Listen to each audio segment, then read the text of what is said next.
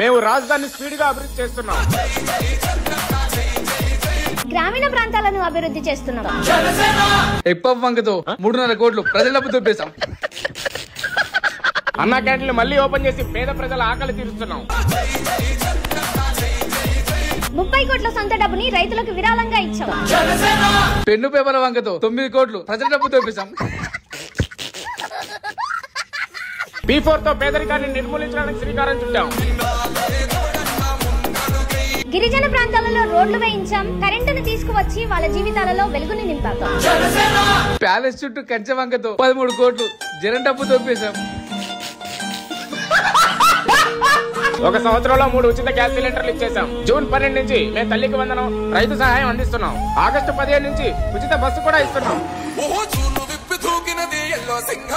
పంచాయతీ గ్రామీణ అభివృద్ధి కోసం 15 కోట్లు మంజూరు చేశాం. పర్యావరణ పరిరక్షణ కోసం 6 కుంతి ఏనుగులను తీసుకువచ్చాం. ఇవన్నీ కాదు, 3000 కోట్లు లిక్కర్ స్కామ్ చేశాం. దేశంలోనే అది పెద్ద లిక్కర్ స్కామ్. ఎవరైనా చేశాడా?